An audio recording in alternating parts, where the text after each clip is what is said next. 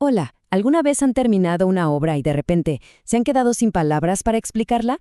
Es súper común. Ponerle palabras al arte es, de hecho, un arte en sí mismo. Y hoy vamos a desglosar exactamente eso. Vamos a aprender a contar la increíble historia que hay detrás de cada creación. ¿Arranquemos? Y es que es un desafío real, ¿no? Una cosa es crear, o sea, sentir esa chispa, ese impulso y ¡pum!, materializar una idea. Pero otra cosa muy distinta es poder explicar todo ese proceso. Son como dos lenguajes diferentes, es cierto, pero ambos son una parte fundamental del viaje de cualquier artista. Miren, hay que pensar en esto no como si fuera un examen o una prueba. No, para nada. Véanlo como el trazo final de la obra. Es su oportunidad de tomar de la mano a quien la mira, de darle una especie de mapa para que pueda navegar por ese mundo que acaban de crear. Muy bien, vamos a meternos de lleno. El primer paso es ponerse el sombrero de detective, pero de la propia obra. Antes de correr a explicar el por qué o el cómo, primero tenemos que entender a la perfección el qué. O sea, cuáles son esos elementos visuales que la forman, cuáles son sus piezas fundamentales. A ver, empecemos con la textura, que tiene su chiste. Por un lado está la textura táctil, que es, digamos, la más obvia. Es la que podemos sentir literalmente, la que tiene relieve, la que podemos tocar. Pero luego está la textura visual, y esta es como una especie de truco de magia. Es una ilusión, una representación en una superficie plana que engaña a nuestro ojo para que sienta algo que en realidad no está ahí. Y aquí tenemos un ejemplo perfecto para verlo en acción. Esta es la escultura Monumento al Deporte. Su textura es, sin duda, táctil. Casi que podemos imaginar cómo se sentiría pasar los dedos por esas líneas. Ahora, la pregunta importante es, ¿qué nos transmite esa textura? ¿Quizás dinamismo, energía, movimiento? Pero claro, la textura es solo la punta del iceberg. Hay que pensar también en el color. ¿Qué paleta se usó? ¿Es cálida? ¿Es fría? ¿Genera algún contraste? ¿Y qué tal las líneas? ¿Son fluidas, como orgánicas, o más bien duras y geométricas? Fijémonos en las formas, en el ritmo que crean los patrones. Identificar todo esto es como construir nuestro propio diccionario del lenguaje visual. Perfecto. Ya tenemos identificados los ingredientes. Ahora, vámonos a la cocina. El cómo es básicamente explicar la receta. ¿Qué decisiones se tomaron? ¿Qué técnicas usaron? ¿Qué materiales eligieron para llegar a ese resultado final? Una forma súper creativa de abordar el proceso es con esta analogía del rap, ritmo y poesía. Porque toda obra de arte tiene un ritmo, ¿no?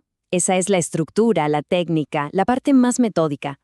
Pero también toda obra tiene poesía, el sentimiento, la emoción, el alma de la creación. Y bueno, para darle forma a esa estructura, para contarla bien, vamos a pedirle prestado un método a los artistas urbanos. El mismísimo proceso de creación de un graffiti nos puede servir como un mapa súper claro para organizar nuestra explicación.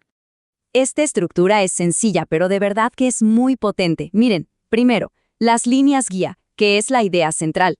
Luego viene el contorno y estilo, o sea, las técnicas que le dieron forma a la obra. Después, el relieve y color, que son todos esos detalles que le dan vida y emoción.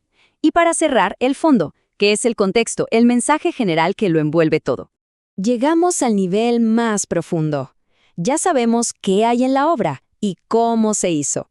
Pero la pregunta del millón, la más crucial de todas es, ¿por qué? Aquí, justo aquí, es donde conectamos la creación con la intención, con la emoción, con el mensaje que se quiere dar. Como lo dicen Lowenfeld y Britten, el arte es una herramienta increíblemente poderosa. Expresar lo que sentimos a través del arte no solo nos libera, sino que nos enseña a usar esos sentimientos de una forma constructiva. Se trata de darle un propósito positivo a toda esa carga emocional que llevamos dentro. Y un concepto clave para poder hablar del por qué es el ritmo visual. Ojo, que no se trata solo de repetir formas y ya. Es la energía que la obra emite. Piénsenlo así. Un ritmo entrecortado, con formas puntiagudas, podría evocar tensión. Un ritmo más fluido, con líneas curvas, puede transmitir calma.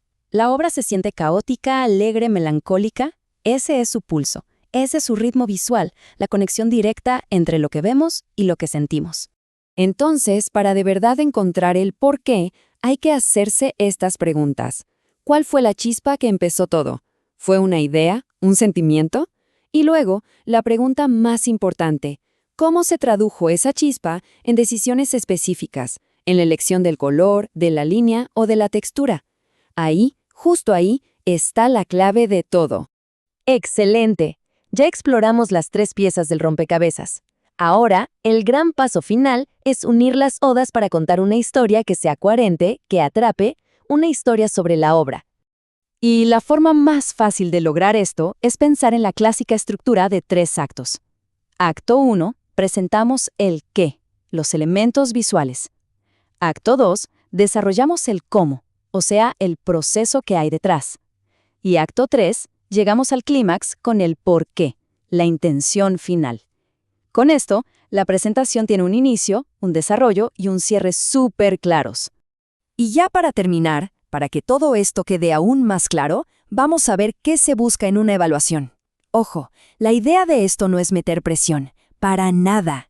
Es más bien una guía, una hoja de ruta para saber dónde enfocar los esfuerzos. Aquí pueden ver los criterios.